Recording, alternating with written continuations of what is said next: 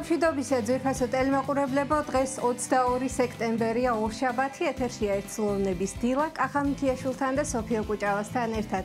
ყველას მშვიდობიან, ბედნიერ დღეს და სამუშაო კვირას გისურვებთ. მოგესალმებით, ორშაბათია, განახლდა სამუშაო კვირა, დასვენება თბილისობას დაემთხვა, ყველას გილოცავთ კიდე თბილისობას, განსაკუთრებით მათთვის საპატიო თბილისელის წოდება მიენიჭა და ალბათ სამუშაო დილა, სამუშაო კვირას ისე არაფერი უხდება, როგორც სასიამოვნო და საინტერესო ინფორმაცია, რომელშიც იმედია ჩვენი გადაცემა დაგეხმარებათ. აქვე ყველას გილოცავთ, დღეს ანაობა, იოაკიმ და ანას სცენება, გუშინ იყო ღვთისმშობლობა, გილოცავთ და ტრადიციულად ყოველთვის ღვთისმშობლობის შობის მეორე დღეს მისი მშობლების მინდა იოაკიმეს და ანას ხსენებაა და ბევრი ანაა ცხადია და ყველას გილოცავთ. მოვისმინოთ საეკლესიო კალენდარი, წმინდა იოაკიმ და ანას გარდა კიდევ რომელ წმინდანებს იხსენიებს საქართველოს მართლმადიდებელი ეკლესია და შემდგომ მოკ გადაცემის ანონსი დაგიბრუნდებით.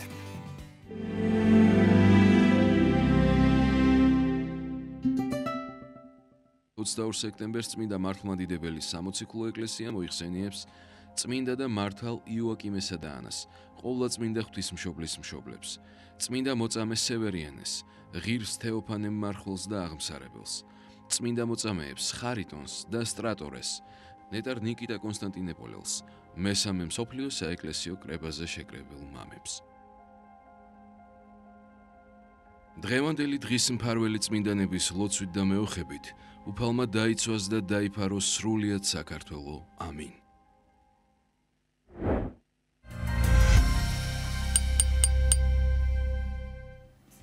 კიდევ ერთხელ ყველას გილოცავ დღევანდელი წმინდანების სცენებას და როგორც საეკლესიო კალენდარით შევიტყვეთ, დღეს ღვთისმშობლის მშობლები წმინდა და მართალნი იოაკიმე და ანა იხსენიებიან და სწორედ მათ შესახებ, მათი ცხოვრების, მათი პიროვნებების შესახებ იქნება ჩვენი გადაცემის პირველ სტუმართან საუბარი, შემოგვიერთება საირმის გორაზე მდებარე წმინდა გრიგოლ ხანძთელის სახელობის ტაძრის მდელოსახური დეკანოზი იაკობ მუჯირი, რომელიც წმინდანების შესახებ ისაუბრებს. წმინდა ნაზარ ლეჟავას სახელობის საქველმოქმედო ფონდის შესახებ ვისაუბრებთ. გეტყვით, რომ ფონდმა გამოაცხადა მიღება ბიბლიის შემსწავლელ უფასო კურსებზე. თუ ვის შეუძლია შეუერთდეს კურსს, ამაზე დეტალურად სტუმართან ერთად ვისაუბრებთ.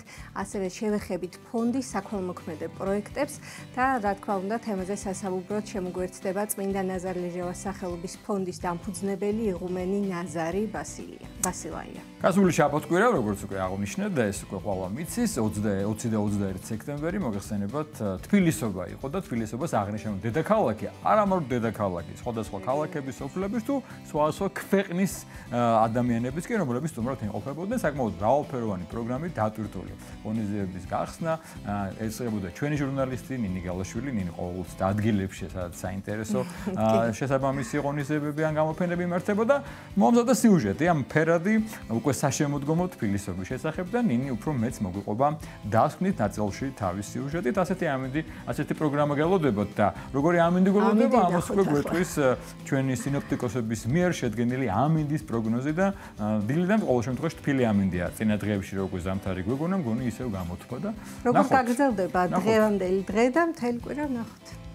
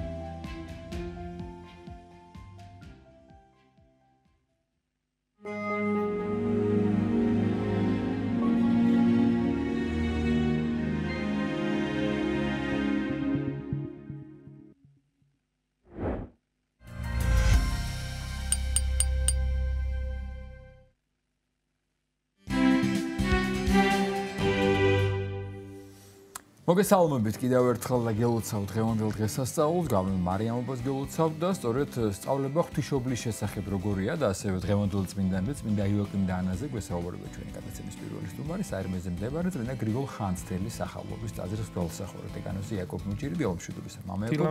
ღვთისმშობლობას გელოცავთ, მისი მშობლების სენებას გელოცავთ და მადლობა სტუმრობისათვის.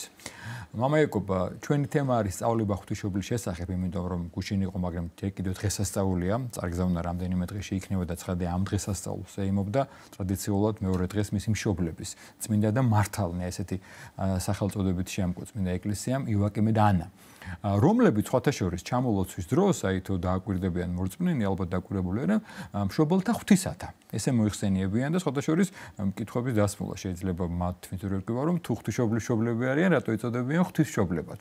აი შევეხოთ რამდენიმე სიტყვით მათ ღვაწს, მათ ძალიან საინტერესო ცხოვრებას, იმასაც რომ დიდი ხანი შვილი არ იძლეოდა და შემდგომ ცხადია ღვთისმშობელი სხვანაირი მშობლების წიაღში ვერ დაიბადებოდა და ვერ გაჩნდებოდა ღვთისნებით. დიდი მადლობა კითხვისთვის. რაც შეეხება მათ, ასე ვთქვათ, გარკვეულ პერიოდს, როდესაც ისინი უშვილოები იყვნენ, ეს იყო ძალიან დიდი ტკივილი ანატომიური და სულიერი მნიშვნელობითაც, იმიტომ რომ ადამიანი, რომელიც შვილიერების გარეშე რჩებოდა ძველ აღთქმაში, ყოველთვის ასოცირდებოდა ცოდვასთან და ცოდვილობასთან და იოაკიმეს და ანას აი ეს ეჭვი, რომელიც საზოგადოებაში მუსირებდა მათთან დაკავშირებით, არ შეეფერებოდა, იმიტომ რომ ალოგიკურია, თუ კი ადამიანი წმინდაა, ანუ მართალია ძველი აღთქმის ტერმინით, ეს არის ძველი და ახალი აღთქმის ტერმინის გაერთიანება. წმიდა და მართალი, იმიტომ რომ ისინი არიან ისტორიულად ძველი აღთქმის მოქალაქეები, მაგრამ სულიერად უკვე ახალი აღთქმის მოქალაქეები გახდნენ ყოვლადწმინდა ღვთისმშობლის შობით და რა თქმა უნდა ქრისტეს განკაცებით. ამიტომ ეს ორი ტერმინი არის გაერთიანებული და ამ მდგომარეობასთან შეუფერებელი იყო ის ანატომიური მდგომარეობა, რომელიც უშვილობას უკავშირდებოდა და ყოველთვის ჩნდებოდა კითხვის ნიშანი, თუ წმინდა ადამიანები არიან, რატომ აბრკოლებს მათ შვილიერებას ღმერთი. და ჩვენ ვიცით, თუ როგორ აღესრულა ყოველივე ეს, რომ არ გავშალოთ დეტალურად და ყოვლადწმინდა ღვთისმშობლის შობა, რა თქმა უნდა, ძალიან მნიშვნელოვანია, სულიერ მნიშვნელობით ჩვენ ვეცდებით, რომ ამასაც შევეხოთ. და რაც შეეხება იმ ტერმინს, რომელიც ლიტურგიკულია და ძალიან მნიშვნელოვანია, რომ ისინი იწოდებიან მშობელთა ღვთისათა, ღვთისმშობელთან ერთად, გულისხმობს იმას, რომ წმინდა იოანე დამასკელის სწავლება, წმინდა სვიმეონ მეტაფრასტის სწავლება უკავშირდება ქრისტეს განკაცებას და არის ესეთი რამ ნახსენები, რომ სრულად მიიღო ჩვენი ადამიანური ბუნება ყოვლადწმინდა ღვთისმშობლისაგან, ანუ ანატომიურად ადამიანური ბუნება ყოვლითურთ მიიღოთ ჩვენი, ესეთი სიტყვებია ნახსენები, იმემკვიდრება ყოვლადწმინდა ღვთისმშობლისაგან ქრისტემ, ბუნებრივია იოაკიმ და ანასაგან და აქედან გამომდინარე ისინი არიან რა ყოვლადწმინდა ღვთისმშობლის მშობლები, გენეტიკურად რა თქმა უნდა დაკავშირებული არიან ქრისტესთანაც ადამიანური ბუნებიდან გამომდინარე. ამიტომ ღვთისმშობლის მშობლები იგულისხმებიან ქრისტეს მშობლებად ამ გაგებით, აქ უფრო სულიერ მნიშვნელობაზე ყურადღება გამახვილებული და ძალიან მნიშვნელოვანია, რომ ტერმინი მშობელთა ღვთისათა არის არასაღვთისმეტყველო ტრაქტატში ნახსენები ტერმინი, არამედ ლიტურგიკული, ანუ ლოცვის კვალობაზე, ლოცვითი შესხმის და დიდების მეტყველების კვალობაზე აღმოცენებული ტერმინი, ისევე როგორც ღვთისმშობელი. ღვთისმშობელი არ უკავშირდება რომელიმე საღვთისმეტყველო ტრაქტატში გაჟღერებულ ტერმინს. ღვთისმშობელი არის ასევე ლიტურგიკული ტერმინი და ლოცვის შედეგად აღმოცენებული ტერმინი. ეს არის ძალიან მნიშვნელოვანი, იმიტომ რომ შეიძლებოდა გამოთქმულიყო ჰიპოთეტური აზრი რომელიმე მამის მიერ, მაგალითად დოქსა და არ გამხდარიყო დოგმატი, ანუ საღვთისმეტყველო სწავლების სრული სისავსე და ასე ვთქვათ აქსიოლოგიური ღირსება არ მინიჭებოდა და დარჩენილიყო კერძო აზრად, მაგრამ რადგან ლოცვითი ტერმინი არის, ანუ ლოცვის კვალობაზე გაჟღერებული ტერმინი, ამიტომ ძალიან დიდი მნიშვნელობა აქვს ამას და რა თქმა უნდა დამკვიდრდა ეკლესიაში, არა ისე როგორც სხვა სურდა დაუშვათ ქრისტეს მშობელი, არამედ ღმრთის მშობელი.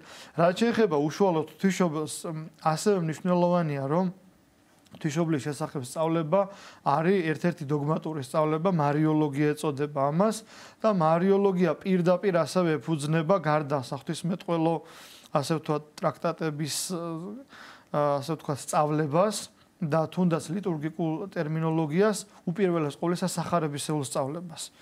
და ეს არის მნიშვნელოვანი, რომ სამივე მახარებელთან, სამივე სინოპტიკურ სახარებაში არის ნახსენები ლუკასთან, მარკოსთან და ასევე მათე მახარებელთან უპირველეს ყოვლისა, რომ ყოვლადწმინდა ღვთისმშობელს ქრისტეს ძმებად წოდებულ იოსების ძეებთან ერთად სურდა ქრისტეს ნახვა. როდესაც ქრისტე იწყებს მოღვაწეობას, მისი, ასე ვთქვათ, სახილველობა, ყოველდღიური შეხება მასთან ისეთი ადვილი აღარ იყო, როგორც აქამდე და სამივე მახარებელი, როგორც უკვე ვთქვით, ამოწმებს, რომ მათ სურდათ ქადაგების შემდეგ ქრისტეს ნახვა. ასევე, რა თქმა უნდა, სახარებაში ნაუწყებია ძალიან ბევრი უწყება ყოვლადწმინდა ღვთისმშობელთან დაკავშირებით და საფუძველი, როგორც უკვე ვთქვით, მასთან დაკავშირებული სწავლებისა უპირველეს ყოვლისა არის სახარებიდან. რაც შეეხება ყოვლადწმინდა ღვთისმშობლის განდიდებას, ეს ლიტურგიკული თუ საღვთისმეტყველო თვალსაზრისით იწყება მისი მიძინების შემდეგ და ესე ძალიან მნიშვნელოვანია, იმიტომ რომ თავადვე ქრისტეს მოღვაწეობის პერიოდში ქრისტესთან მიმართებაშიც კი არ იყო ჩამოყალიბებული სწორი საღვთისმეტყველო აზრი, მათ შორის მოწაფეთა შორის. ჩვენ უნდა გავმიჯნოთ მოწაფეობისა და მოციქულობის პერიოდი.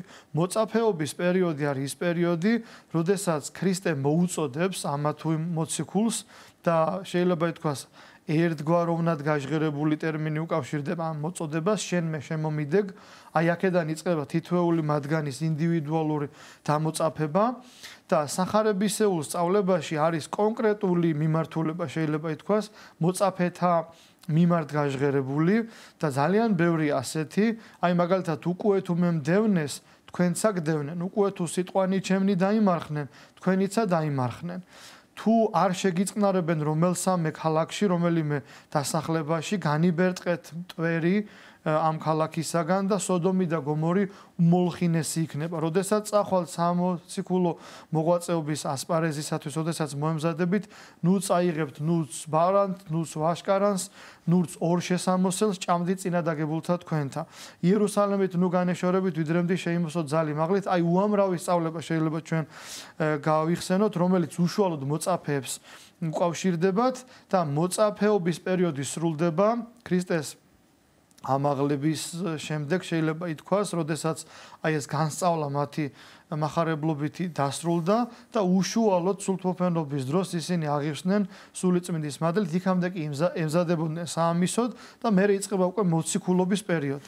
აი ეს მოწაფეობის პერიოდი კითხვის ნიშნებს აჩენს ქრისტესთან მიმართებაშიც შეიძლება ითქვას, როდესაც მოციქულები ამბობენ, როდესაც ქრისტემ ღელვა ასე ვთქვათ, შერისხა ქარსამას და დაყუდნა ღელვა, როგორც მახარებელი ამბობს, ანუ ქარიშხლის დროს მიმართა სტიქიას და ძალიან დიდი მყუდროება დადგა ტბაზე. ჩუმად ერთმანეთს ეკითხებიან მარკოზის სახარებაში ეს მონაკვეთი კარგად გაშლილი. ვინ არის ესე რამე თუ ქარნიცა და ზღვაიცა ერჩიან მას? ანუ თუ კი ქრისტესთან მიმართებაში მოწაფეთა შორის არსებობს კითხვა, ვინ არის ქრისტე? მით უმეტეს ყოვლადწმინდა ღვთისმშობელთან მიმართებაში ის ჩამოყალიბებული სწავლება, რომელიც დღევანდელ ეკლესიაშია, ბუნებრივი არ იყო. ამიტომ ის დიდების მეტყველება, ის შეიძლება ითქვას ლიტურგიკული და საეკლესიო პოეზია იამბიკოების სახით, ტროპარკონდაკების სახით, ის შესხმანი სულიერნი, ანუ ბერძნულად ეს არის ოდოი პნევმატიკოი, ანუ შესხმანი სულიერნი, ის დიდების მეტყველება, რომელიც უკავშირდება ყოვლადწმინდა ღვთისმშობელს, ბუნებრივია იმ პერიოდში არ არსებობდა, როდესაც ქრისტე მოღვაწეობდა, როდესაც ყოვლადწმინდა ღვთისმშობელი, რა თქმა უნდა, მის გვერდით იყო. და ეს არის უკვე მოგვიანო პერიოდი.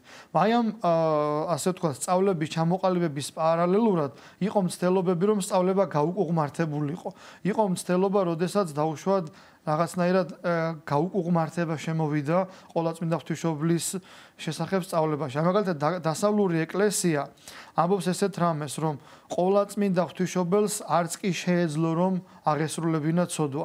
მათ სურდათ ამითი, რომ ყოვლადწმინდა ღვთისმშობლისადმი განსაკუთრებული პატივი გამოეხატათ, მაგრამ ყოვლადწმინდა ღვთისმშობლის ღვაწლი ამით დაკნინდა. ანუ თუ კი მას არც კი ქონდა ნებელობის გაუკუღმართების საცდური, მაშინ მისი ღვაწლი არც არაფერში არ მდგომარეობს. სწორედ იმაში მდგომარეობს ყოვლადწმინდა ღვთისმშობლის ღვაწლი, რომ შეიძლებოდა როგორც ჩვეულებრივი ადამიანის ნებელობა გაუკუღმართებული იყო, ცოდვისაკენ მიდრეკილიყო, მაგრამ ყოვლადწმინდა ღვთისმშობელმა აღასრულა წმინდა ცხოვრება და ღვაწლის უდიდესი მაგალითი მოგვცა ჩვენ და ამიტომაც არის აღმატებული სერაფიმებზე და ქერუბიმებზე. აი ეს არის ძალიან მნიშვნელოვანი. გარდა ამისა, ყოვლადწმინდა ღვთისმშობლის გარდაცვალ მიძინებასთან დაკავშირებითაც არის ძალიან მნიშვნელოვანი და განსხვავებული სწავლება დასავლურ და აღმოსავლურ ეკლესიაში. ასევე მათი მცდელობა იყო, რომ განსაკუთრებული პატივი მიეგოთ ყოვლადწმინდა ღვთისმშობლისათვის, დასავლურ ეკლესიას გულისხმობ, მაგრამ აქაც იქნა შეცნობა დაშვებული, ისინი ამბობენ, რომ ყოვლადწმინდა ღვთისმშობელმა არ მიიძინა, არამედ ამაღლდა. და იკონოგრაფიული სხვაობა დასავლურ და აღმოსავლურ ეკლესიაში ამ სწავლებიდან გამომდინარე და აღმოსავლური ეკლესია, ანუ ჩვენი მართლმადიდებლური ეკლესია ყოვლადწმინდა ღვთისმშობლის არა ამაღლებას, არამედ მიძინებას დღესასწაულობს მოციქულთა და მოციქულებრივ მამათა გარემოცვაში, ასე ვთქვათ, ანუ ყოვლადწმინდა ღვთისმშობლის გარშემო მოციქულები გამოისახებიან, ხოლო დასავლურ ეკლესიაში გამოისახება ყოვლადწმინდა ღვთისმშობელი ამაღლებული, ისევე როგორც მაცხოვარი და რა თქმა უნდა, ამითაც სხვაობს ჩვენი და მათი დამოკიდებულება ყოვლადწმინდა ღვთისმშობლისადმი. ყოვლადწმინდა ღვთისმშობელს და არც რომელიმე სხვა წმინდას არ ჭირდება რაიმე ზედმეტი, ასე ვთქვათ, განდიდება, სწავლებითი გაუკუღმართება იმისათვის, რომ შესაბამისი დოქსოლოგიური დამოკიდებულება კონდეს და ღვაწლი განდიდეს. როდესაც აი ეს დანამატი ადამიანური მცდელობა შემოდის, ყოველთვის გაუკუღმართება გვაქვს სახეზე და მართლმადებლური სწავლება, ანუ აღმოსავლური ეკლესიის სწავლება, ყოვლადწმინდა ღვთისმშობლის შესახებ სწავლებაში და მისდამი პატივის მიგებაშიც ამითაც სხვაობს. ამიტომ ეს არის ძალიან მნიშვნელოვანი. რაც შეეხება ყოვლადწმინდა ღვთისმშობლისადმი პატივის მიგებას მისი ამ ქვეყნიური მოღვაწეობის დროს, ძალიან მნიშვნელოვანია სახარებისეული სწავლების დაკვირვება. ყოველთვის, როდესაც ყოვლადწმინდა ღვთისმშობლის შესახებ რაიმეს ეკლესია გვასწავლის, რა თქმა უნდა, სახარებაა გახსენებული და სახარება, როდესაც იკითხება ყოვლადწმინდა ღვთისმშობლის დღესასწაულთან დაკავშირებით, ყოველთვის გუშინდელი სახარებაც დაკავშირებული იყო მართასა და მარიამის საკითხავთან და შემდეგ რამოდენიმე ფურცლის იქეთ იკითხება სხვა თავიდან ორი მუხლი, როდესაც ვინმე იღო დედაკაცმა ხმა იერსამას შორის, როგორც მახარებელი ამბობს, ანუ საზოგადოებისაგან ერთ-ერთმა ადამიანმა ემოციური წამოძახილით გამოიჩინა თავი და ეს იყო ქალბატონი, რომელიც მიმართავს ქრისტეს და ამბობს ესეთ სიტყვებს: ნეტარ არს მუცელი, რომელმან გიტვირთა შენ და ძუძუნი რომელთა სწოვდი. რას ნიშნავს ეს? ნუ თუ ყოვლადწმინდა ღვთისმშობლის ღმრთისმშობლობა იქნა განჭრეტილი ჯერ კიდევ მისი ამ ქვეყნიური ცხოვრების დროს, რა თქმა უნდა, არა და ვერ მოხდებოდა ეს იმის პარალელურად, როდესაც მოწაფეთა შორის არის კითხვა, ვინ არის ესე, რამე თუ ქანიცა და ზღვაიცა ერჩიან მას და მაშინ, როდესაც ძალიან ახლო გარემოცვა შეიძლება ითქვას ქრისტეს ოჯახის წევრებსაც კი იჭვნეული დამოკიდებულებაა ქრისტესადმი და ეს ვლინდება პასექის წინა დღესასწაულის სამზადისში, როდესაც იოსების ძეები, ქრისტეს ძმაწოდებულები და მათ შორის მოწაფეებიც მიდიან ქრისტესთან და ეუბნებიან ესეთ სიტყვებს: აღვედ იერუსალემთ და განუცხადე თავი შენი ერსა.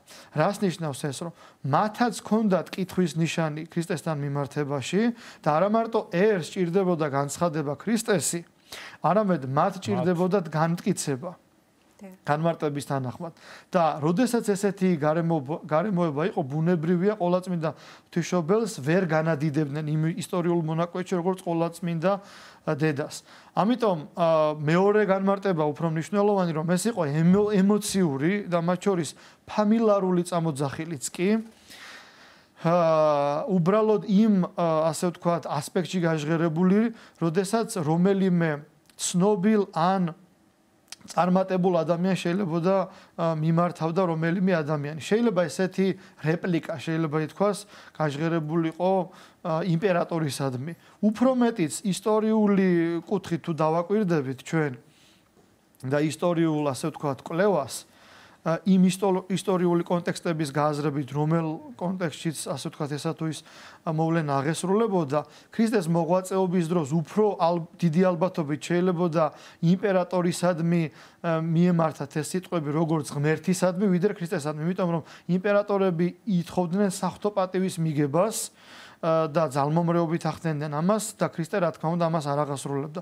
ამიტომ ისტორიული და ასე ვთქვათ, სახარებისეული სწავლების საფუძველზე უპირველესად რა თქმა უნდა, ყოვლადწმინდა ღვთისმშობლის პატივის მიგება და დიდების მეტყველება იმ პირვანდელი გაგებით რა თქმა უნდა არ უკავშირდებოდა მის იმ დიდების მეტყველებას, რომელიც დღევანდელ ეკლესია ჩამოყალიბებული, მაგრამ რა თქმა უნდა ეს დოქსოლოგია ერთადერთი სხვათა შორის ლუკას სახარების აი ეს მონაკვეთი გვახსენებს იმას, რომ რადგან ქრისტე იყო, ასე ვთქვათ, აღიარებული საზოგადოებაში და იყო ძლიერი საქმითა და სიტყვითა, როგორც მოგვიანებით მე მოციქულები მას ახასიათებენ და ძალიან ბევრი ერი ემოწაფებოდა მას, თავადვე ძველი აღთქმის მღვდელმთავრები და ფარისევლები აღიარებენ ამას, ხედავა რამე თუ ესოდენი ერი შეუდგს მას. ანუ ფაქტიურად ძველი აღთქმის ეკლესია რჩებოდა მრევლის გარეშე, იმდენად ბევრი ადამიანი ემოწაფებოდა ქრისტეს ამ ქვეყნიური მოღვაწეობის დროს და შური, ცრუ შემასმენლები, ცრუ ბრალდება და მისი ფიზიკურად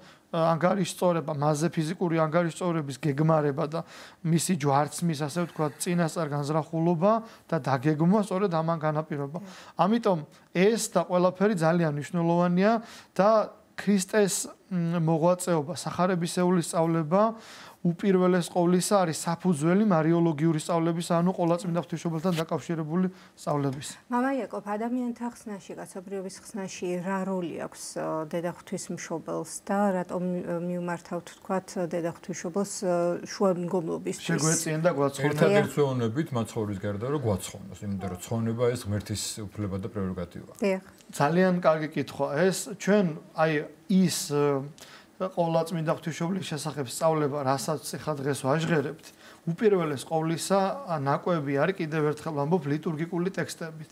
აი ორ ასე ვთქვათ ლოცვაში არის სხვადასხვა მოსაზრება, მხედველმან ძისა შენისამან ერთ-ერთ ზიარებისწინა ლოცვაში წერია, მე ვფიქრობ ეს არის რედაქციული შეცდომა და მეორე ასე ვთქვათ რედაქციაში წერია მხუმეველმან ძისა შენისამან. აი ეს რა არის? ეხლა კიდევ ერთხელ გავშალოთ ეს თემა. ანუ რა თქმა უნდა, ყოვლადწმინდა ღვთისმშობელი მხედველი იყო ქრისტეს, იმიტომ რომ მისგან იშვა კაცობრიად და სრულად მიიღო ადამიანური ბუნება, როგორც მამები გვასწავლიან, მაგრამ მხუმეველი უფრო მნიშვნელოვანია და ის დედობრივი კადნიერება, რომელიც ყოვლადწმინდა ღვთისმშობელს ჰქონდა, ნიშნავს იმას, რომ მან გამოკვება როგორც დედამ მაცხოვარი და მხუმეველი სწორედ აი ამას ნიშნავს, ანუ გამომკვები, ის დედობრივი ღვაწლი და ასე ვთქვათ, ზრუნვა, რომელიც მხოლოდ დედის მსახურებას უკავშირდება, ბუნებრივია აღასრულა ყოვლადწმინდა ღვთისმშობელმაც და ეს ერთადერთი ღვაწლი აღსრულდა მის მიერ. შეიძლება დაუშვათ სხვა ღვაწლი იყო იოსებ არიმათიელის, სხვა ღვაწლი იყო მართასა და მარიამის, ან ნებისმიერი მენელსაცხებლე დედის, რომელიც ქრისტეს მსახურობდა და ასევე მოწაფეებს ნაყოფთაგან მათთან, როგორც სახარება ამბობს, მაგრამ განსაკუთრებული და გამორჩეული ღვაწლის თვალსაზრისით, რა თქმა უნდა, როგორც დედის ღვაწლი გამორჩეულია ყოვლადწმინდა ღვთისმშობლისა.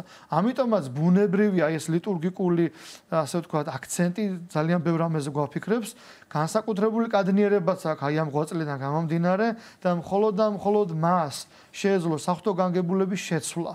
ანუ კანას გალილეაში დედობრივი კადნიერებით თხოვნა იმისა, რომ ღვინოი არა აქუს და მაცხოვარი ამბობს, რომ ჯერ არ დამდგარა ჩემი ჟამი და რაი არ ჩემდა და შენ და დედაკაცო, მაგრამ ყოვლადწმინდა ღვთისმშობელმა იცის, რომ ქრისტე მის სათხოვარს აღასრულებს და მიდის მსახურებთან და ეუბნება, ყოველივე აღასრულეთ, რასაც გეტყვით და ისინი აღავსებენ საწყაულს, ანუ ჭურჭელს წყლით და რა თქმა უნდა აღესრულება პირველი სასწაული. აი ეს განსაკუთრებული დედობრივი კადნიერება, რომელიც ჩვენ ახლა ვახსენეთ და რომელიც ლოცვებში ძალიან ბევრჯერ არის ნახსენები და ძალიან დიდი განცდით და გრძნობითაა გადმოცემული, არა მარტო დაუშვათ ინტელექტისათვის გასაგები საღვთისმეტყველო დოგმატური სწავლება, არამედ სული რომ შეიმეცნებს პირველ რიგში და აი ამ ინტელექტუალურ შემოცნებას რომ სულიერი დამოწმება უსწრებს წინ, აი ეს გემოსხილვა ახლავს ამ ლიტურგიკულ ტექსტებს და აქედან გამომდინარე ყოლაწმინდა ღვთისმშობელს დედობრივი კადნიერებიდან გამომდინარე აქვს აი ის შეიძლება ითქვას კადნიერება, რომელიც ცხოვნების ასე ვთქვათ სავედრებელს უკავშირდება და ჩვენ შეგვიძლია მას ვთხოვოთ რომ შეგვეწიოს და გვაცხოვნოს მისი დედობრივი კადნიერების კვალობას. მარადის ქალწულებაც ალბათ საინტერესო იქნება. რა თქმა უნდა, შობდა კვალად გიე ქალწულად. აი ეს არის ასევე ლიტურგიკული ტექსტი და ნიშნავს იმას, რომ ის შობამდეც ქალწული იყო და შემდგომად შობისა არის ქალწული და ძალიან მნიშვნელოვანია რომ ერთ-ერთ საღვთისმეტყველო სწავლებაში წერია ესეთი რამ რომ შეუშფოთებელად შვა ანუ ცოდვისმიერი დაცემა აისახება რა თქმა უნდა ტკივილებში შობას უკავშირდება და პიროფლიანი შეჭამს ადამი პურს და მოიპოვებს მას ტკივილებში შობს ევა და ევას თავმავლობა და ქმრისკენ ექნება მას ლტოლვა როგორც ღმერთი აუწყებს დაბადების წიგნში ანუ ბიბლიის წიგნში რა თქმა უნდა ყოლაწმინდა ღვთისმშობლის ცხოვრების წესი და მისი სიწმინდე ემიჯნება და უცხოვდება ამ ყოველივესგან და რაც ევასთან მიმართებაში იქნა გაჟღერებული რომ ტკივილებში შობს იგი რადგან ცოდვისმიერი ასე ვთქვათ უბრალოდ ცოდვით დაცემის შემდეგ აღესრულება შობა კაცობრიობის ისტორიაში, რა თქმა უნდა, ასეთი რამ ყოლაწმინდა ღვთისმშობელთან არ ვრცელდება, რა თქმა უნდა, და ტკივილის გარეშე შობა უკავშირდება შეუშფოთებელად შობას და შემდგომად შობისა, ანუ შობის შემდგომაც ქალწულება, რა თქმა უნდა, ესეც ერთ-ერთი სასწაული არის, ისევე როგორც ქალწულის მუცლადღება ქრისტესი და ეს არის ძალიან დიდი და ღრმა საღვთისმეტყველო სწავლება, რომელიც როგორც ვთქვით, მარიოლოგიას უკავშირდება. და საუბრის დასასრულს მამა იაკობ რომ გითხრათ თანამედროვე დედებმა როგორ უნდა გავიგოთ და რა მაგალითი უნდა ავიღოთ ღვთისმშობლისგან. ღვთისმშობლის ცხოვრება, რა თქმა უნდა, სამაგალითოა ყველასათვის, მამაკაცებისთვისაც მათ შორის, მაგრამ უპირველეს ყოვლისა დედებისთვის. ჩვენ ძალიან ბევრი სახარებისეული სწავლება არ აგვაქვს. ანუ ის დეტალური ასე ვთქვათ სწავლება ღვთისმშობლის დიალოგი ქრისტესთან მიმართებაში. ჩვენ ვიცით რომ მდუმარედ დგას იგი ჯვარცმის დროს და ასე ვთქვათ სვიმეონ წინასწარმეტყველმა უწინასწარმეტყველა მას რომ თვით მისაცა სულსა განვიდოდა მახვილი. აი ეს ძალიან დიდ ტკივილზე მეტყველებს. ჩვენ ვიცით რომ დღესასწაულზე ვერ იპოვეს ქრისტე და იპოვეს ტაძარში მჯდომარე ისმენდა მათსა და ეტყოდა მათ და როგორი დიდი მოთმინება აქვს ყოლაწმინდა ღვთისმშობელს, რომელმაც შვილი ვერ იპოვა იქ სადაც უნდა ეპოვა, აჰა მე და მამაი შენი ვრონინებთ.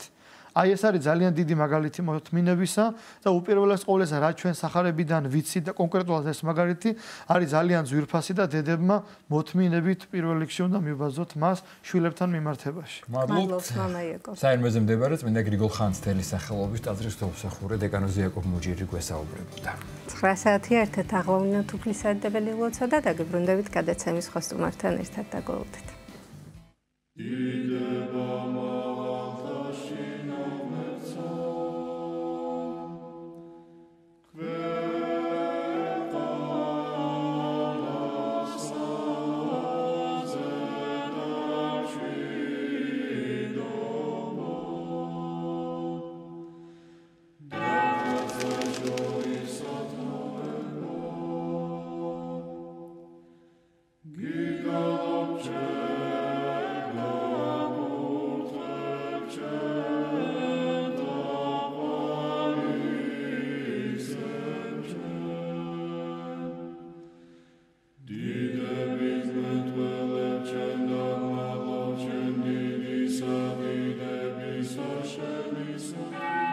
ჩვენო რომელი ხარ ცათაშინა წმინდა იყავ სახელი შენი მოვედინ სუფევა შენი იყავ ნება შენი ვითარცა ცათაშინა ეგრეცა ქვეყანასა ზედა პური ჩვენი არსობისა მომეც ჩვენ დღეს და მომიტევენ ჩვენ თანანადებნი ჩვენი, ვით არცა ჩვენ მიუტევებთ თანამდებთა მათ ჩვენთა და ნუ შემიყანებ ჩვენ განსაცდელსა, არამედ მიხსნენ ჩვენ ბოროტისაგან.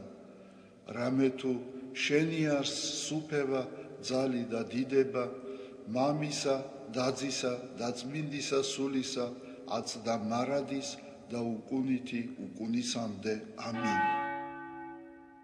მიწყალე ღმერთო, დიდითა წყალობითა შენითა და მრავლითა მოწყალებითა შენითა ახოცე უჯულოება ჩემი.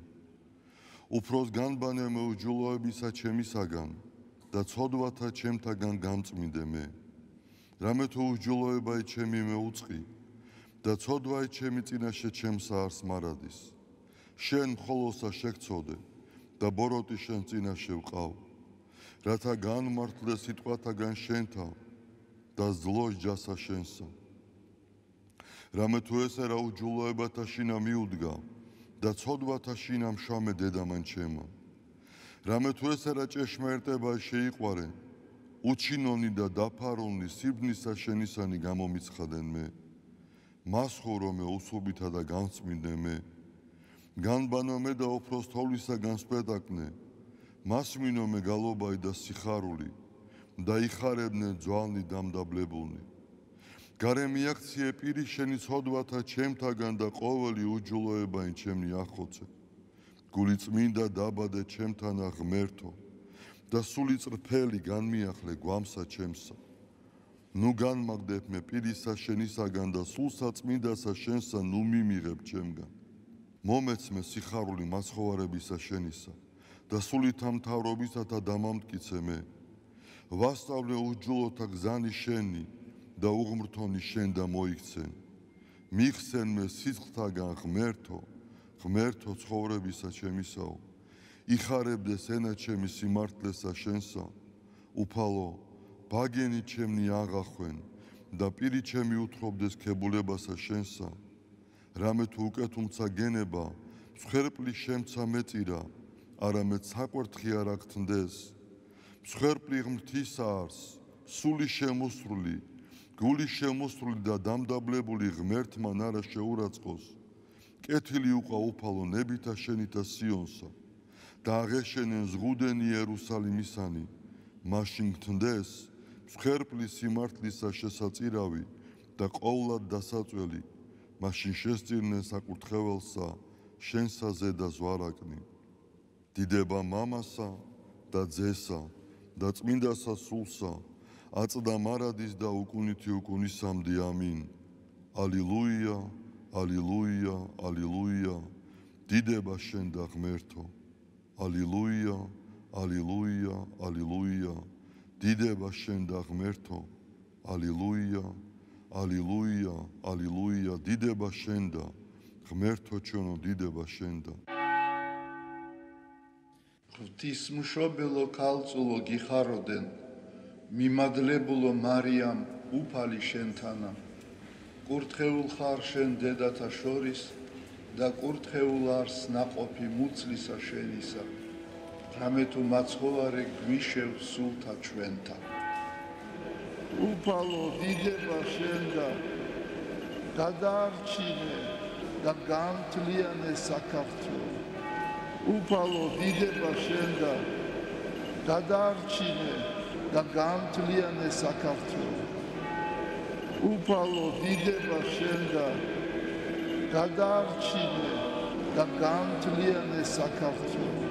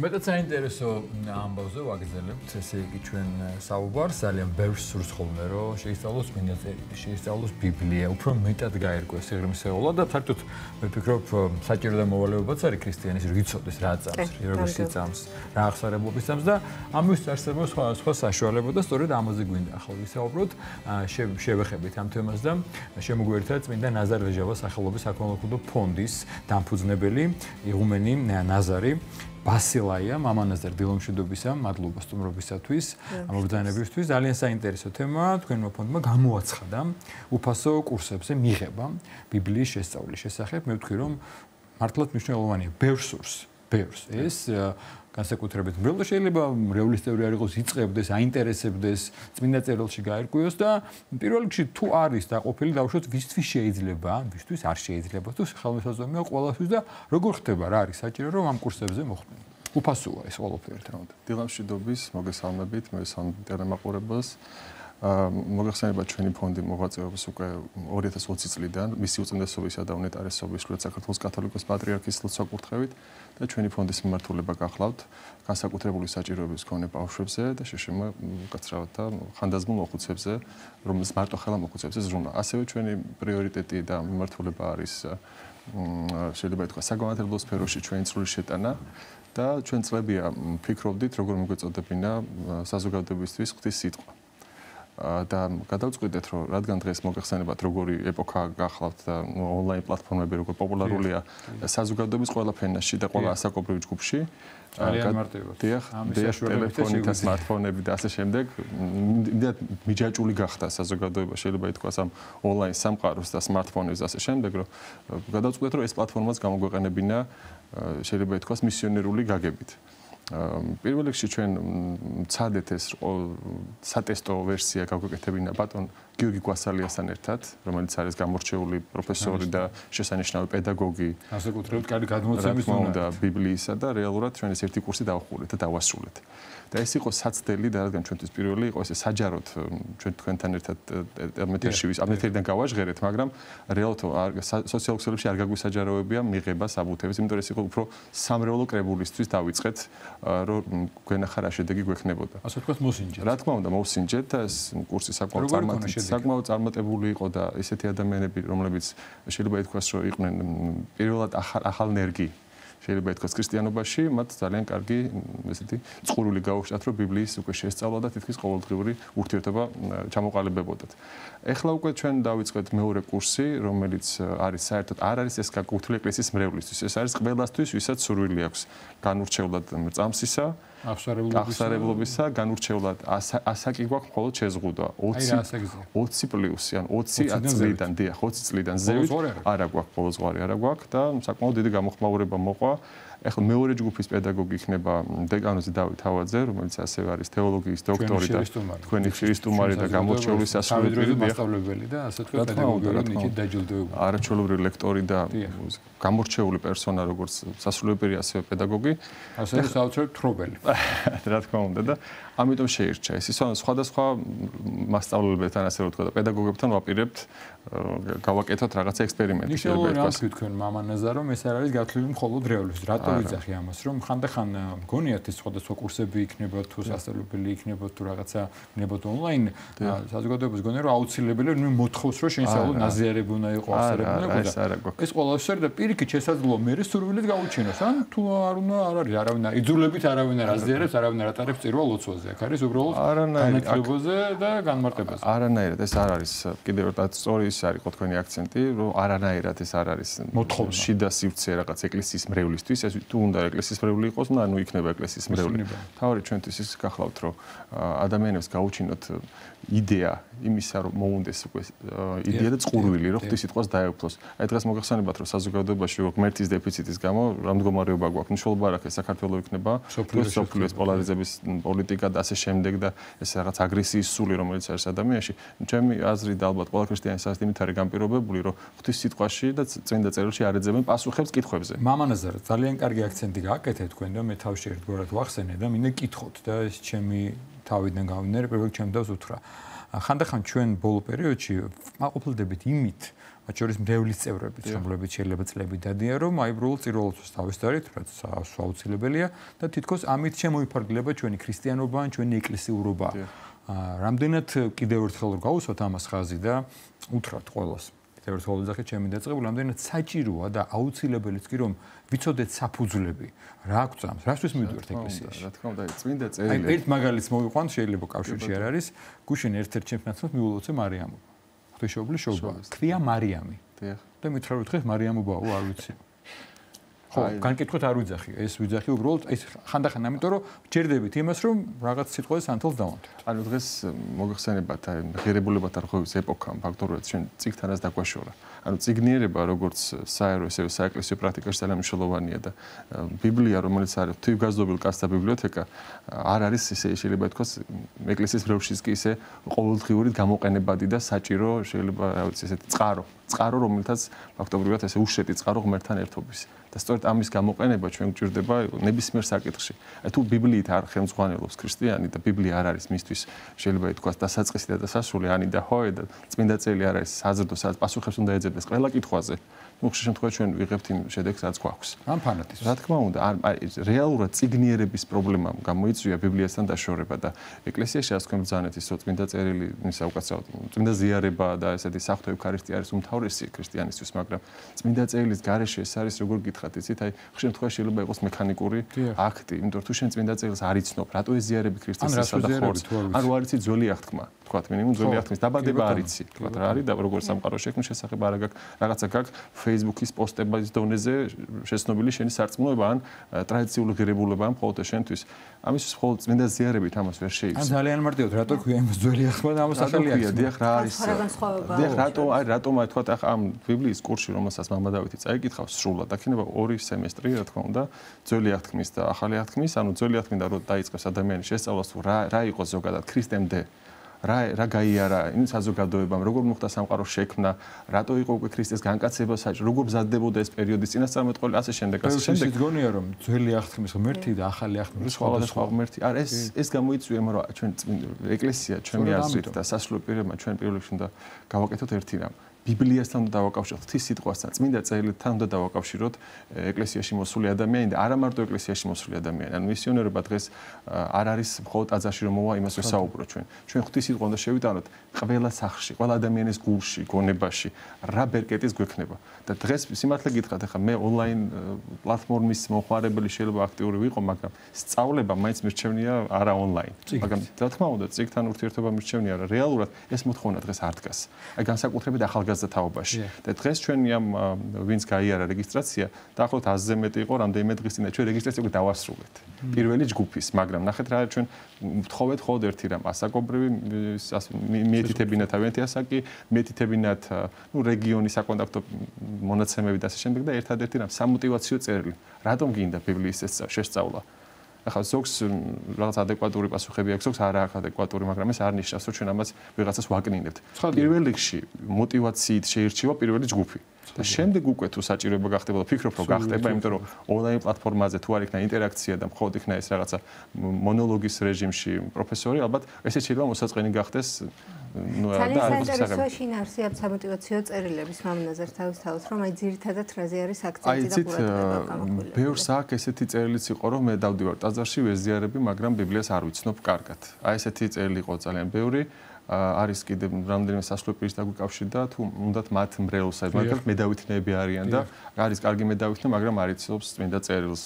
და ასე შემდეგ და ნუ თან როგორია იცით, როცა ადამიანს განმარტებლების და ასე შემდეგ წმინდა წერილის კითხვასთან აუცილებლად უნდა წაიკითხო მისი განმარტებელი.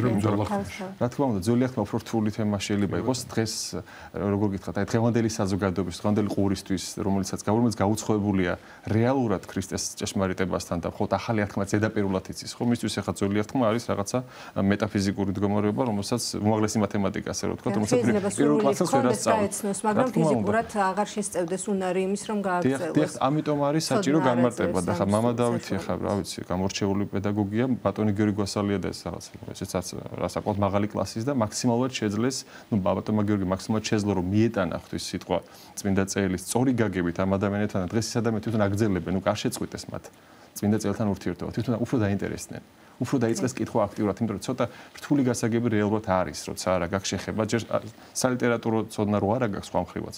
პირდაპირ წმინდა წელი ძალიან საკმაოდ სირთულეებთანაა დაკავშირებული და ეხლა მამა დავითი კიდე უფრო სხვა ასპექტი იქნება სასულიერო პირიც, ამიტომ ცადე ჩვენ და მამა დავითის პერსონიდან გამომდინარე. მაგრამ ჩვენ შემდეგ ჯგუფებზე ვაპირებთ კიდე რომ სხვა პროფესორები ჩავრთოთ. და ეხლა დაველოდებით ამ რა აქტიურობა იქნება, იმიტომ რომ აკვირდები, როგორც მეუბნებიან ჩვენი ფონდის საგანმანათლებლო მიმართულებას ხელმძღვანელის პროფესორი ნატალია ნოყაიდელი, რომელიც ჩვენი ფონდის აქტიური წევრი და ჩვენი მრევლია, ის რადგან პედაგოგიური გამოცდილება მას უნივერსიტეტებში აქვს, მას მივანდეთ ეს საკითხი და არაჩვეულებრივად ასრულებს და დავაკვირდებით რას, რომ თუ იქნება კიდე მოთხოვნა, თუ ისევ რაღაცა ესეთი მეორე ჯგუფის საჭიროებაც, იმიტომ რომ ხა ინტერაქციას 200 კაციან ჯგუფთან ვერ წაიკითხავ ლექციას, რაღაც მაქსიმუმ 40 კაცამდე ან 25. ძალიან მნიშვნელოვანი არის კიდევ ის მამნაზე, რომ თქვენ დასაწყისში ახსენეთ საუბრისა, რომ ასევე შეუძლია წავსის განურჩეულად ნებისმიერ ადამიანს მოვიდეს და დაიწყოს ამ კურსზე შესწავლა, ასე ვთქვა და გაცნობა, ხო, ბიბლიის. ანუ უფალი ელოდება არა მარტო მისი სამწყოს ხრებს იმასაც, რომელიც მისი ეზოსთაგანი არ არიან და ხა ჩვენ რატომ არ უნდა მივცეთ საშუალება რომელსაც აქ წყურვილი რაღაცა მეტი შეისწავს და ქრისტესთან მეტად დაახლოვდეს და ამიტომ კიდევ ერთხელ ამბობ რომ ჩემი ინიციატივა და სურვილი დიდად არ ყოფილა ონლაინ პლატფორმა, მაგრამ საჭიროებაა რომ დავაკვირდით, რომ ადამიანების დღეს რუტინული თავისი ყოველდღიურობიდან გამომდინარე არ აქვს საშუალება ყველას რომ იარონ პირობითად ლექციაზე. ჩვენ ლოკაცია შეგვერჩია ნებისმიერ იქნებოდა ჩვენთან სამების ლავრაში თუ ნამშრომლობა აქვს თბილისის ნებისმიერ კუთხეში, ვერ შევძლებთ ამ ხალხის მოყვანას. უჭირთ მოგეხსენებათ ახლა როგორი სამუშაო გარემო აქვს, როგორი ძიმე სოციალური ყოფა არის, ოჯახური პირობებიც არ უწყობს ხელს და ხა კვირაში ორჯერ ლექციას, მამა დავითმა ესე გადაწყვიტა რომ კვირაში ორჯერ იყოს ლექცია ჩვენ ამ თემაში მას არ ვერევით საერთოდ, როგორც თვითონ წარმოდათქმა უნდა.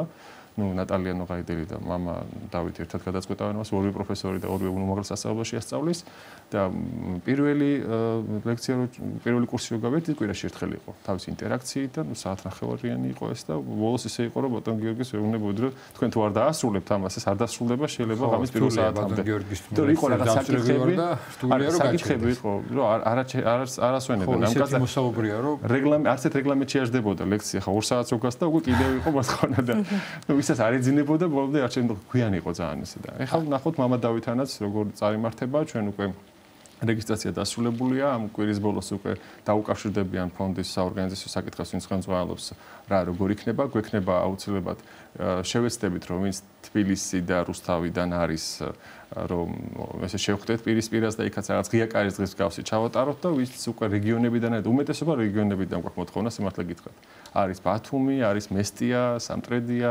მარტვილი და რაღაც კახეთის რეგიონი თითქმის მთელი რეგიონი მოიცვა ამ შეიძლება ითქვას მოწოდებამ და ჩვენ ძალიან გვიხარია და შემდეგი ეტაპებისთვისაც ისე ვაპირებთ რომ არ იყოს მარტო ეს მცხეთა თბილისისთვის შემოსაზღვრული ვისაც სრული ექნება უბრალოდ უცხოეთიდანაც იყო რამდენიმე გზავნილი მაგრამ აი აქ დროის ფაქტორს როგორ ჩასვამენ აი ევროპის ქვეყნებიდან გვაქვს რამდენიმე თხოვნა და თუ შეათავსებენ ხა ამერიკა და სხვა იქით ვერ გავწევთ. ამერიკაში საერთოდ შეიძლება შუაღამე იყოს. ამანაზე ფონდსაც მინდა შევეხოთ ფონდის ნაფუძნებლური ძალებით ერთად თავიდან თქვენ ახსენეთ ფონდის ძირითადი პრიორიტეტები, მისი უწმინდესობის ლოცვა კურთხევით თუ რა იყო, რა მდგომარეობაა, როგორ მიმდინარეობს, რა სიახლეებია თავად ფონდის საქმიანობაში. ესეც ფონდის ერთ-ერთი მიმართულება რაც ახლა ეს არის ახალი პროექტი შეიძლება ითქვას უკვე მეორე კურსი.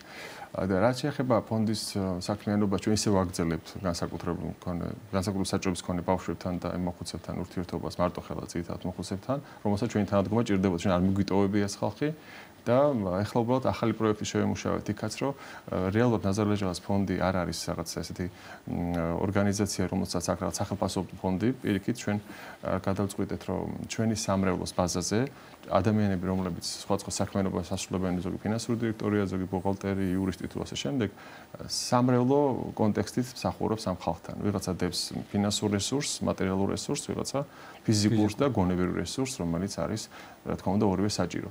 აქედან გამომდინარე, ჩვენ შევემუშავეთ, ესეც სხვა შორის მის უწმიდესობას ჰქონდა, ეს ყოველთვის ჰქონდა თავში, მე მაშინ პატარა ვიყავი და ეს არ ჰქონდა პატრიარქთან ეს ურთიერთობა. სიონის საპატრიარქო ტაძარში, როცა იყო პატრიარქი და როცა ახალი შეიძლება ითქვას შემოკრება ხდებოდა მრევლის, ეკლესიის მრევლს ავალებდა ესეთ რამეს, რომ თითო ოჯახზე ეზრუნათ. და მიდიოდნენ და მოიძიეთ ოჯახები და ეზრუნეთო და თან დაულაგეთ ან რაღაც კენთ ასეთი მოწოდება იყო კათოლიკოს პატრიარქისგან და ძალიან დიდი ხანი წლები აწლეულები ესე სიონის საპატრიარქო ტაძრის მრევლი ამას აკეთებდა. ხა ჩვენ რო გაგვეშალა ეს შეიძლება ითქვას ჩვენი სპექტრი უფრო და უფრო მეტ ადამიანზე ჩვენი რესურსი თანაბრად განაწილებულიყო, იმიტომ რომ ხა ათიკაცია, ადმინისტრაცია და ვერ ყოფნის შემთხვევაში თბილისში გადაადგილებაც კი ისეთი რთული არის დღეს. ანუ უფრო იმდენად ვერ ვაქცევდით ყურადღებას, ამიტომ გადავწყვიტეთ ესეთი რამე რომ სოციალურ მუშაკებლად დაახლოებით ესეთ უხეშე შედარება და შეიძლება ითქვას მაგრამ რეალურად ესეა ჩავრთეთ ჩვენი მრევლის წევრები და არა მარტო ჩვენი მრევლის ანუ ყველა ადამიანს მრევლის წევრს მივეცით ერთი ან ორი ოჯახი რომელსაც ინტენსიური ურთიერთობა ექნება და ფაქტობრივად კურატორობის ქვეშ არის რა თქმა უნდა კურატორობა იქნება ადმინისტრაციის მხრიდან ვინც არის ნაზარეჟავას ფონდის და თითოეული ოჯახი ან ერთი ან ორი ოჯახი იქნება ერთ ოჯახზე მიმული შეიძლება ითქვას რომელიც არის ასევე ჩვენი მრევლი ასე უფრო მეტ ადამიანს შევძლებთ დავეხმაროთ მატერიალურად იქნება თუ სულიერად და ამის ჩვენ ჩართული ყავსთან ახალგაზრდა სასულიერო პირები რომელსაც ვისაც უნდა ჩვენ მარტო პროდუქტი და ესეთი მედიკამენტები არ მიგვაქვს რა თქმა უნდა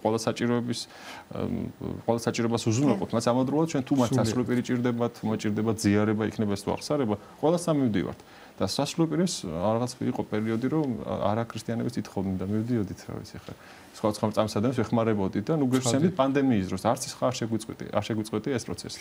ასე რომ უფრო გაიზარდა შეიძლება ითქვას ფონდში ჩართული ეს ამოქმედება 1 ოქტომბრიდან. როგორ ხდება მამანაზარ ეს მოძიება ამ საჭირო სამწუხაროდ ადამიანები ბევრია დიახ ადამიანები ოჯახებს ეს ევალებათ ასევე მრევლის წევრებს თუ არა მარტო მრევლის წევრებს ხაი როგორ არის ისიც აი სოციალური ქსელები უფრო მეტად სოციალური ქსელები და ეს მაგალითად განსაკუთრებული საჭიროების მქონე ბავშვებს როცა გვაქვს ურთიერთობა ახალი ბავშვი მოდის მოყავს სხვა ოჯახს იმიტომ რომ მათ აქვთ კონტაქტი არის სახელმწიფო პროგრამები რაში ჩართული არიან უბრალოდ სახელმწიფო პროგრამები ვერ უზრუნველყოფს სრულად და კიდევ ერთხელ ამბობ რომ რატომ ვერ ხდება მათი უზრუნველყოფა იმიტომ რომ მათ ყავს ძალიან კარგი მშობლები არაჩვეულებრივი მშობლები როგორც ინტელექტუალურად ფიზიკურად შრომის უნარიანები მაგრამ მათ ბავშვს ვერავის ვერ უტოვებენ დაკეთ იძულებულია რომ დარჩეს სახლში ბავშვს მოუაროს და ამითი სახსრები მოიპოვოს სხვადასხვა ორგანიზაციების შეიძლება ითქვას თხოვნით. დაკეთიდან გამომდინარე ჩვენ რა ვიცი ეს ვცდილობთ რომ ამოვწუროთ ეს თემა ამ ეტაპზე მცხეთა თბილისი და რუსთავსაც ვცდილობთ რომ შემოვიფარგლოთ და ნუ მე როგორც იქნება შევხედეთ. ძალიან დიდი მადლობა. ძალიან კარგი რაღაც მინდა კიდევ გითხრათ რომ ჩვენ ფონდთან ერთ ბატონმა გოდერძი შარაშიამ გადაიღო უნიკალური ფილმი ნაზარ ლეჟავასთან დაკავშირებით დოკუმენტური, რომელიც ესეთი სრულად დღეს პირობითად დაანონსება გამომდის და თან ყველაფრის საუბრის უფლებაც არ მაქვს, იმიტომ რომ საფესტივალოა და გაგზავნილია სხვადასხვა ფესტივალს და ველოდებით პასუხებს და რეალურად ეს იქნება ფაქტობრივად პირველი სრულფასოვანი დოკუმენტური ამსახველი რა იყო ნაზარ ლეჟავას ეპოქის პრობლემები ზოგადად და მისი მოღვაწეობა როგორ იყო და ამდენ დიდი მნიშვნელობა ჰქონდა მას როგორც საქართველოს ეკლესიისთვის, ასევე საქართველოში დამოუკიდებლობის აღდგენისთვის. ამ ჩვენ ფაქტობრივად ნაზარ ლეჟავას ფონდმაც მიიღო მცირე მონაწილეობა, მაგრამ ნუ მე ვიტყვით უფრო ვინ მიიღო მონაწილეობა, ვინ როგორ და ველოდებით უკვე ფილმის შეიძლება ითქვას რა თქმა უნდა კი ქართულ როდის იხილავს მაყურებელი და უკვე ალბათ თქვენთანაც მოგვიწევს შემდეგ ამ საკითხს. მადლობა მოგზაურობისთვის. მამანაზარ დიდი მადლობა და დიდი მადლობა საქმიანობისთვის როგორც თქვენ ეწევით. მადლობა თქვენ გვერდში დგომისთვის და მადლობა რომ შეხვდით ყველა სიახლეზე გეულოდებით წმინდა ნაზარ ლეჟავას სახელობის ფონდის დამფუძნებელი ღუმენი ნაზარი ბასილაია იყო ჩვენი სტუმარი. 20 და 21 სექტემბერს მოგხსენებათ გაიმართა თბილისობა საკმაოდ მრავალფეროვანი პროგრამით დატვირთული ღონისძიებების გახსნას კი რა თქმა უნდა ჩვენი ჟურნალისტი ნინი გელაშვილი ესწრებოდა და ვნახოთ მის მიერ მომზადებული სიუჟეტი.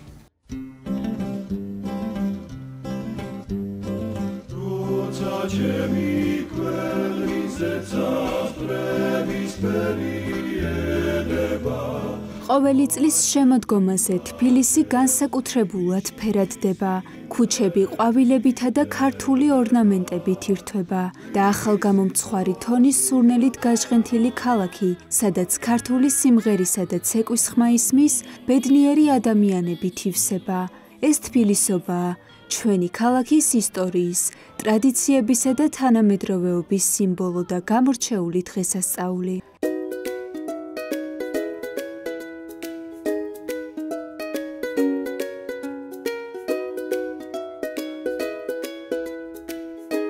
წელიწადის ამ დროს ქალაქის ცენტრში არაერთი ღონისძიება იმართება.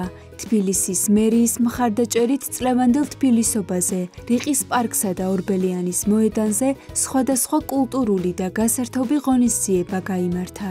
მრავალფეროვანი პროგრამა ერთნაირად საინტერესო აღმოჩნდა ადგილობრივებისთვის, ტურისტებისთვის, უფროსებისა და პატარებისთვის.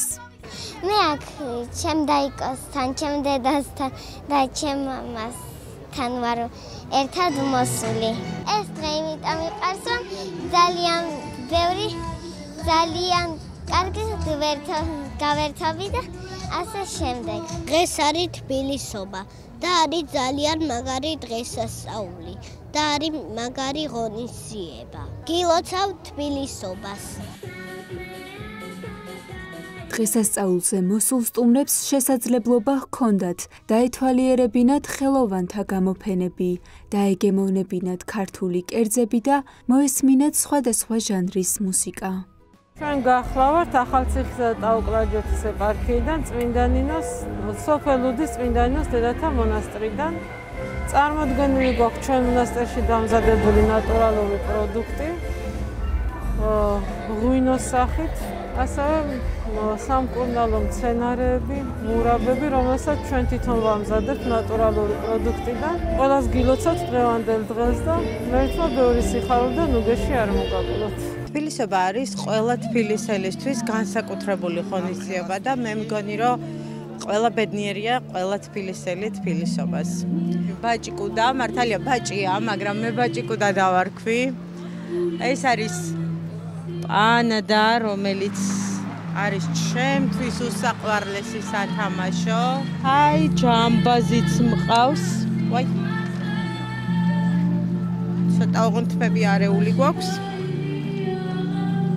ეს არის ჯამბაზი, რომელიც ძალიან ბევრ პატარას ახარებს, მე ასე ვფიქრობ, იმიტომ რომ ფერადია და ბავშვებსაც ძალიან უყვარს ფერადები. ადონეს სათამაშოები, ესე ქვია, ჩემ პატარებს, რომელიც შექმნილია პატარებისთვის და არის სრულიად უსაფრთხო.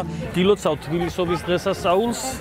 ჩვენ წარმოვარდგეთ ხის სათამაშოების, ხის ხელნაკეთის სათამაშოების ქართულ ბრენდს საციაოსტად. ჩვენი საწარმო მდებარეობს ქალაქ დედოფლისწყაროში. ჩამოსულები ვართ 2 დღე თბილისობაზე. ჩვენი ეკომეგობრული სათამაშოები დამზადებულია ხისგან, დამუშავებულია ხის ეკომეგობრული საღებავებით, არის მრავალფუნქციური. სათამაშოები ბავშვებს უნვითარებს ხელის მოტორიკას და სხვადასხვა ფიზიკის და მექანიკის ფუნქციების შესწავლაში ეხმარება. გვაქვს ესეთი ფუნქციური სათამაშოები, ესეთი სახანძრო მანქანა. გვაქვს ვეთფრენი. ქართულ ბაზარზე ვართ უკვე 5 წელია და ვემზადებით რომ გავხდეთ ექსპორტიორები და გავიტანოთ ჩვენი ბრენდი საზღვარგარეთ. განსაკუთრებით თბილისობის დღესასწაულზე დიდი არის ხოლმე ხელნაკეთის სათამაშოებზე ინტერესი და დიდი იმედი მაქვს წარმატებით ჩაივლის ჩვენი ბრენდისთვის 2025 წლის თბილისობის დღესასწაული. სრულიად საქართველოს ვილოცავ თბილისობის დღესასწაული. დღეს ძალიან დიდი დღეა და ერთად ვზეიმობთ ამ ლამაზ დღეს ჩვენი ლამაზი ნამუშევრებით და წარმოდგენილია ჩვენ მრავალშვილიანი დედების სიძლიერეას წევრების ნამუშევრები და მოხარული ვართ რომ ამ ლამაზი დღის გალამაზებაში ჩვენც მივიღეთ მონაწილეობა და ყველას ბედნიერ დღეებს გისურვებთ.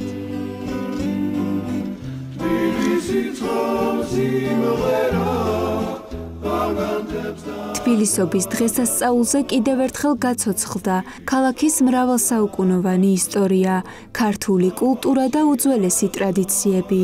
ამ დღეს ყველა თაობის წარმომადგენელი ერთი მიზნით შეიკრიბა.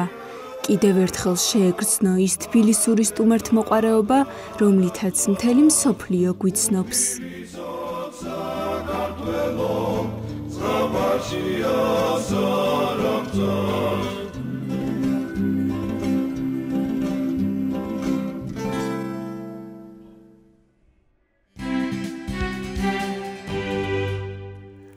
ამ ლამაზი კადრებითა და განწყობით გემშვიდობებით კიდევ ერთხელ ულოცავთ რა თქმა უნდა ყველას თბილისობას, ჩვენი დედაქალაქის დღესასწაულს და ძალიან ძვირფასია ყველასთვის, ყველა მოსახლესთვის და მათ შორის ტურისტებისთვის, იმიტომ რომ მართლა ძალიან მრავალეთნიკური, მრავალფეროვანი ქალაქია და უსურვოთ კიდევ უფრო განვითარება, გამშვენება და მთავარია უსურვოთ ჩვენს ხალხს მშვიდობა. მადლობა ყურადღებისთვის და მომავალ შეხვედრამდე გემშვიდობებით. გემშვიდობებით კეთილი სურვილებით, კახა მიქიაშვილი და სოფიო კუჭავა თქვენთვის მუშაობდით, ნახვამდის. დროებით.